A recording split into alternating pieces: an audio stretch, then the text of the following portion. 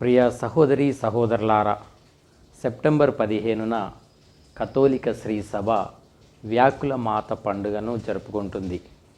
ఈ పండుగ మన రక్షకుడైన యేసుక్రీస్తు శ్రమలలో తల్లి అయిన కన్య మరియ అనుభవించిన అపారమైన దుఃఖాన్ని గుర్తు చేస్తుంది. క్రీస్తు రక్షణ కార్యంలో ఆమె ఎంత గొప్పగా పాలు పంచుకుందో మరియు మన జీవిత కష్టాల్లో ఆమె మనకు ఎలా తోడుగా ఉంటుందో ఈ పండుగ మనకు బోధిస్తుంది. మరియమ్మ దుఃఖము వెనుక ఉన్న నిస్వార్థమైన ప్రేమ, త్యాగం మరియు విశ్వాసము గురించి మనకు ఈ పండుగ తెలియజేస్తుంది. మత్తయి సువార్త 5వ అధ్యాయము 4వ వచనంలో ప్రభు చెప్పినట్లు, శోకార్తులు ధన్యులు, వారు ఓదార్పబడుదురు. అవును ప్రియ సహోదరి సహోదరులారా, నిజమే. ఈ లోకంలో ఎవరూ కష్టాలను, శ్రమలను కోరుకోరు. అందరూ సుఖంగా ఉండాలని ఆశిస్తారు. కానీ జీవితం అంటేనే సుఖ దుఃఖాల కలయిక. కష్టాలు, శోధనలు వచ్చినప్పుడు వాటిని ఎలా స్వీకరించాలో తెలియక చాలామంది కుంగిపోతారు. అయితే మన తల్లి మరియమ్మ దుఃఖాన్ని కూడా దేవుడిచ్చిన ఒక గొప్ప బహుమానముగా స్వీకరించి విశ్వాసానికే ఒక ఆదర్శముగా నిలిచారు. పునీత అల్ఫోన్సస్ లిగోరి గారు ఇలా అన్నారు, శారీరక బాధల కన్నా మరియ తల్లి అనుభవించిన మానసిక బాధలు అత్యంత తీవ్రమైనవి. మరియమ్మ కన్నీళ్ళు యేసు హృదయం నుండి వచ్చిన ప్రతి రక్తపు బొట్టుతో పోల్చదగినవి అని అన్నారు. ప్రియ సహోదరి సహోదరులారా, దుఃఖపూరిత హృదయం, విచారకరమైన హృదయము ఒకటి కాదు. మరియమాత యొక్క దుఃఖపూరిత హృదయాన్ని గౌరవించేటప్పుడు ఈ రెండింటికి మధ్య ఉన్నటువంటి తేడాను మనం అర్థం చేసుకోవటం చాలా ముఖ్యం. వేదాంతపరంగా చెప్పాలంటే విచారం అనేది ఒక రకమైన ఆత్మ సంతాపం. మనము కోల్పోయిన వాటి మీద లేదా మనకు దక్కని వాటి మీద కలిగిన బాధ వల్ల విచారం కలుగుతుంది. మనం బాధపడతాం, విచారాన్ని వ్యక్తపరుస్తాం. కానీ దుఃఖం అనేది అష్టభాగ్యాలలో ఒకటి. ఇది అత్యంత పవిత్రమైనటువంటి లక్షణం. ఇక్కడ దుఃఖపడటం అంటే దుఃఖపూరితమైనటువంటి హృదయాన్ని కలిగి ఉండటం. పవిత్రమైన దుఃఖం అనేది పాపాన్ని చూసి బాధపడే హృదయము నుండి పుడుతుంది. అందుకే అష్టభాగ్యాలలో దుఃఖించే హృదయం అంటే ప్రేమించే హృదయం అని అర్థం. తన కుమారుడు పడుతున్న బాధలను, తిరస్కరణలను, చివరికి మరణాన్ని చూసి కూడా మరియమాత నిరాశ చెందలేదు, కోపగించుకోలేదు. ఆమె తన బాధను చూసి ఆత్మసంతాపంలో మునిగిపోలేదు. దానికి బదులుగా ఆమె తన పవిత్రమైన హృదయం నుండి వచ్చిన అపారమైనటువంటి ప్రేమ, సానుభూతితో ఆమె ప్రతిస్పందించింది. మరియమ్మ అనుభవించిన బాధ కేవలము ఒక తల్లిగా తన కుమారుడిపై కలిగిన జాలి మాత్రమే కాదు. ఆ బాధకు కారణమైన పాపాలను చూసి ఆమె హృదయము పవిత్రమైన దుఃఖముతో నిండిపోయింది. ఆ పాపాలన్నీ క్షమింపబడాలని ఆమె ప్రగాఢంగా ఆశించింది. అందువల్ల మరియమాత యొక్క దుఃఖం ఆమె ప్రేమకు, పవిత్రతకు నిదర్శనముగా నిలిచింది. ప్రియ సహోదరి సహోదరులారా, వ్యాకుల మాత పండుగ సందర్భంగా మరియ తల్లి అనుభవించిన 7 దుఃఖపూరిత సంఘటనలను మనం ధ్యానిద్దాం. ఈ దుఃఖాలు మన జీవితంలో ఎదురయ్యే శ్రమలకు, బాధలకు ప్రతీకగా నిలుస్తూ ఉంటాయి. మొదటిది ఖడ్గం వంటి దుఃఖం, సిమియోను ప్రవచనం. ఈ సంఘటనను మనం లూకా సువార్త 2వ అధ్యాయము 34-35 వచనాల్లో చూడవచ్చు.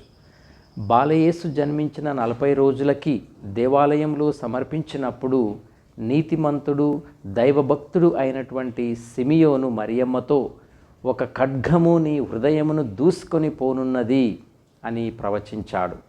ఈ మాటలు భవిష్యత్తులో యేసుక్రీస్తు ప్రభువు అనుభవించబోయే శ్రమలను మరియు ఆ శ్రమలను చూసి మరియ అనుభవించబోయే దుఃఖాన్ని ముందుగానే సూచించాయి.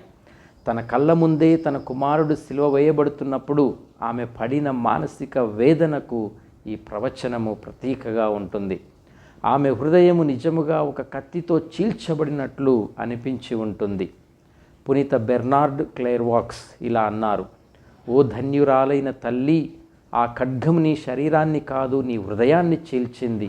నీ దేహంలో ఎటువంటి గాయం లేకపోయినా నీ హృదయములో కలిగిన గాయం అత్యంత తీవ్రమైనది. ఆ గాయం మానవ జాతి పాపాల వల్ల కలిగింది అని అన్నారు. ఆ గాయం మానవ జాతి పాపాల వల్ల కలిగింది అని అన్నారు. ఇక రెండవ దుఃఖం ఈజిప్టుకు పయనం, శ్రమలకు, అభద్రతకు ప్రతీక. ఈ సంఘటనను మనం మత్తయి సువార్త 2వ అధ్యాయము 13వ వచనం నుండి 23వ వచనంలో చూడవచ్చు. జ్ఞానులు యేసు ప్రభువును దర్శించి వెళ్ళిపోయిన తరువాత హెరోదు రాజు శిశువును చంపటానికి వెతుకుతూ ఉన్నాడు అని దేవదూత యోసేపు కలలో చెప్పటం జరిగింది. వెంటనే యోసేపు, మరియా, బాలయేసు రాత్రికి రాత్రే ఈజిప్టుకు పయనమైపోయారు. ఈ ప్రయాణం చాలా ప్రమాదకరమైనది, కష్టాలతో కూడుకున్నది. ఎటువంటి ప్రణాళికలు లేకుండా తమ ఇల్లు, దేశము వదిలి అపరిచితులైన దేశంలో శరణార్థులుగా జీవించవలసి రావడం వారికి భయాన్ని, అభద్రతను, మానసిక శోకమును కలిగించి ఉంటుంది. ఈ సంఘటన ఈ లోకములో నిరాశ్రయులైన, హింసకు గురి అయిన ప్రతి ఒక్కరి బాధను సూచిస్తుంది. ఇక మూడవ దుఃఖం బాలయేసు యెరూషలేములో తప్పిపోవడం. ఈ సంఘటనను మనం లూకా సువార్త 2వ అధ్యాయము 41వ వచనం నుండి 50వ వచనంలో చూడవచ్చు. యేసుకు 12 ఏండ్ల వయసులో వారు పాస్కా పండుగకు యెరూషలేము వెళ్ళినప్పుడు ఈ సంఘటన జరిగింది. పండుగ ముగిసిన తర్వాత తిరిగి వస్తుండగా యేసు తమతో లేడని గమనించారు. వారు 3 రోజుల పాటు భయంతో, దుఃఖముతో యేసును వెతికి చివరికి ఆయనను దేవాలయంలో బోధకుల మధ్యన కనుగొన్నారు. ఈ 3 రోజుల వేదన ఒక తల్లి తన బిడ్డను కోల్పోయినప్పుడు కలిగే దుఃఖము, భయము, ఆవేదనను స్పష్టంగా తెలియజేస్తుంది. ఈ సంఘటన మానవ సంబంధాలలో ఉన్న బాధలను మనకు గుర్తుకు చేస్తుంది. ఇక 4వ దుఃఖము కల్వరి మార్గంలో యేసును కలుసుకోవటం. ఈ సంఘటన బైబిలులో స్పష్టముగా చెప్పబడకపోయినప్పటికీ క్రైస్తవ సంప్రదాయంలో దీనికి గొప్ప ప్రాముఖ్యత ఉంది. యేసు శిలువను మోసుకుంటూ కలువరి కొండకు వెళుతున్నప్పుడు రక్తస్రావముతో బలహీనముగా ఉన్న తన కుమారుడిని చూసి మరియ హృదయము వర్ణించలేని బాధతో నిండిపోయి ఉంటుంది. ఇది ఆమె శారీరకంగా కాకుండా మానసికంగా యేసు యొక్క శ్రమలలో పాలు పంచుకున్నదని తెలియజేస్తుంది. ఈ దుఃఖం తల్లి ప్రేమకు, త్యాగానికి ప్రతీకగా ఉంది. ఇక ప్రియ సహోదరి సహోదరులారా, మరియా తల్లి పొందుకున్నటువంటి 5వ దుఃఖం సిలువ చెంత తల్లిగా దుఃఖము, మానవ జాతికి మాతృత్వం. ఈ సంఘటనను యోహాను సువార్త 19వ అధ్యాయము 25వ వచనం నుండి 27వ వచనంలో చూడవచ్చు.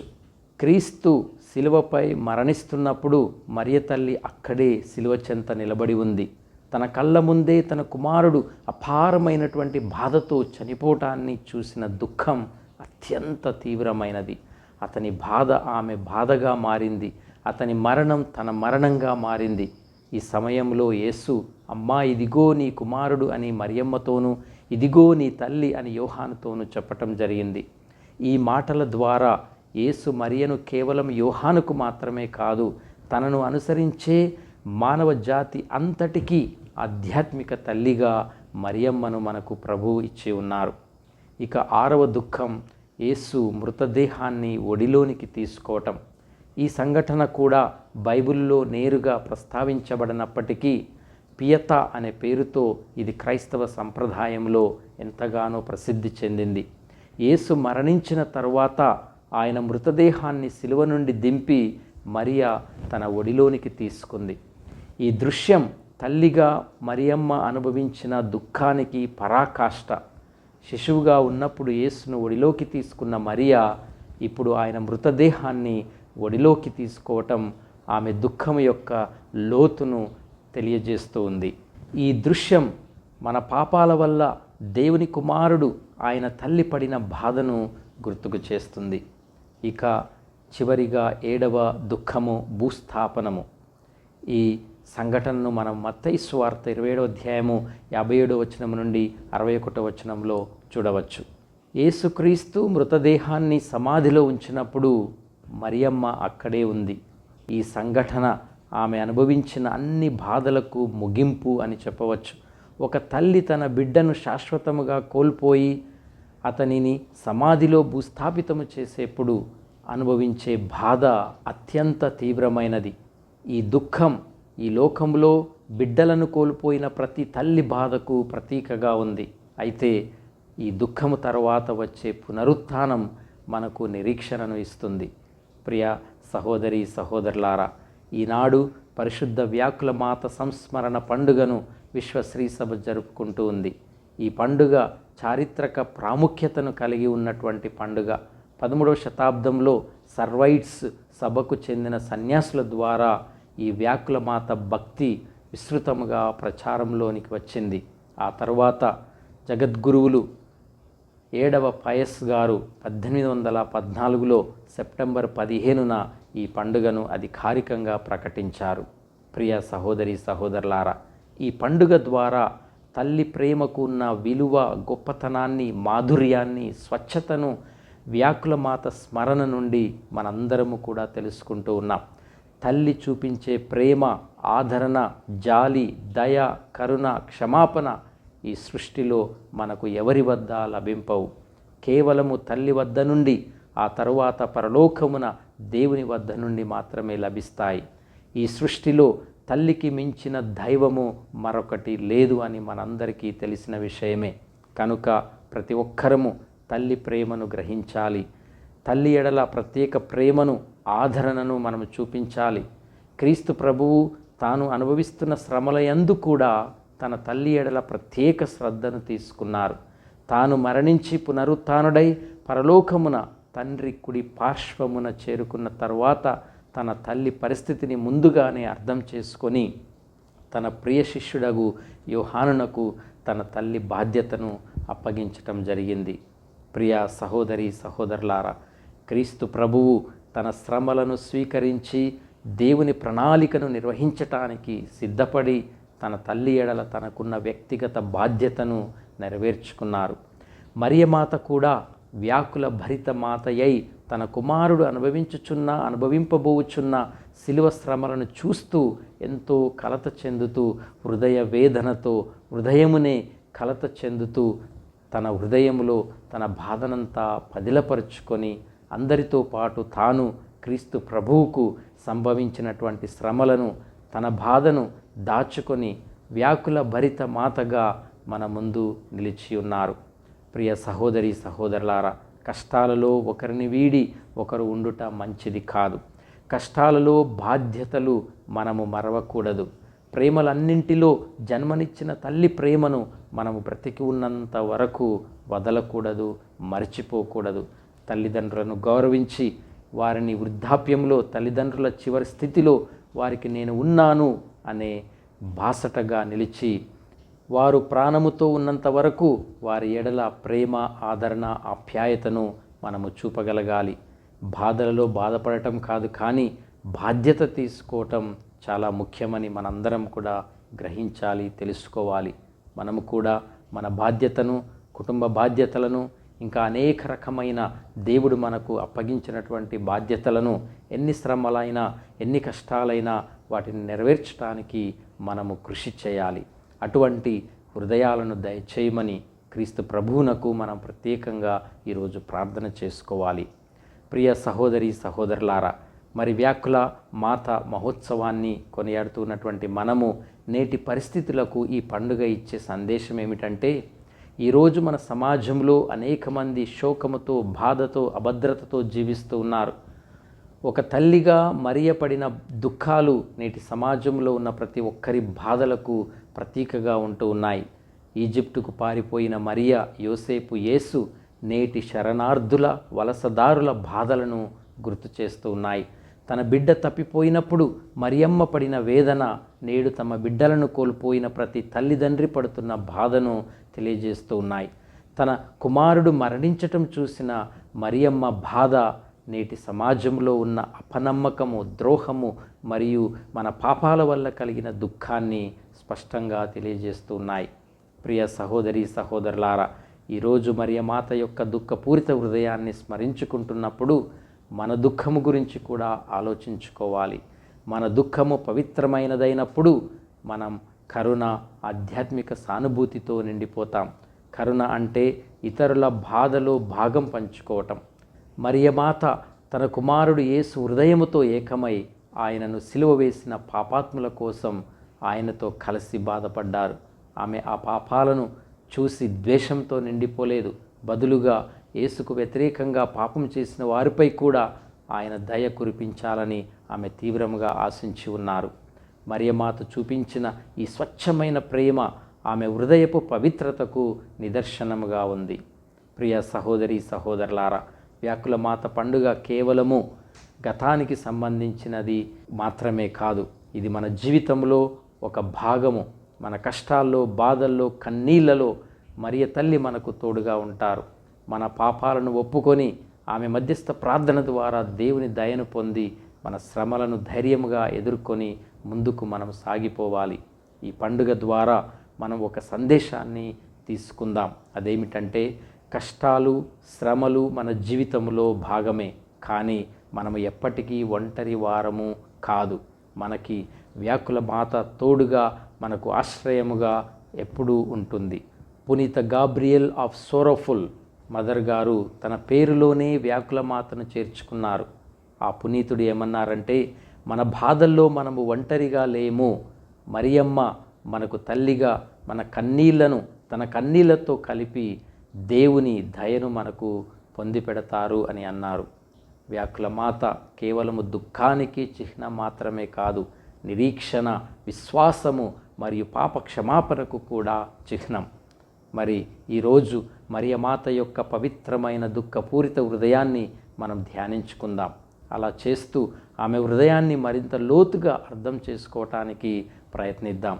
ఆమె హృదయంలోని ప్రేమ లోతును అర్థం చేసుకోవాలంటే ప్రార్థన ఒక్కటే మార్గం. ప్రార్థనలో దేవుడు ఆమె నిష్కలంకమైన ప్రేమను మనకు తెలియజేస్తారు. అప్పుడు ఆమెను మరింత సంపూర్ణముగా అనుకరించటానికి ప్రేరేపించబడతాం. మనలో ఉన్నటువంటి స్వార్థాన్ని పూర్తిగా విడిచిపెట్టి నిస్వార్థాన్ని ఆలింగనం చేసుకుంటాం. తద్వారా ఈ నిష్కలంకమైన తల్లికి, ఆమె దివ్యకుమారుడికి మధ్య ఉన్న పరిపూర్ణమైన ప్రేమలో మనము కూడా పాలు పంచుకుంటాం. పునీత లూయిస్ మేరీ మోంట్ఫోర్ట్ గారు ఏమన్నారంటే, వ్యాకుల మాత దుఃఖం విశ్వాసానికి, ప్రేమకు గొప్ప నిదర్శనం. ఆమె దుఃఖములో మనము భాగము పంచుకున్నప్పుడే యేసుతో ఆమెకున్న ప్రేమ బంధాన్ని మనము అర్థం చేసుకోగలుగుతాం అని. కాబట్టి మరియమ్మ మధ్యస్థ ప్రార్థన ద్వారా మన కష్టాలు, దుఃఖాలు, బాధలు యేసు శ్రమలతో ఐక్యం చేసి ఆ దేవుని యొక్క రక్షణను, దీవెనలను, ఆశీర్వాదములను పొందుటకు ప్రయాసపడదాం. దేవుడు మిమ్మందరినీ దీవించునుగాక. ఆమెన్.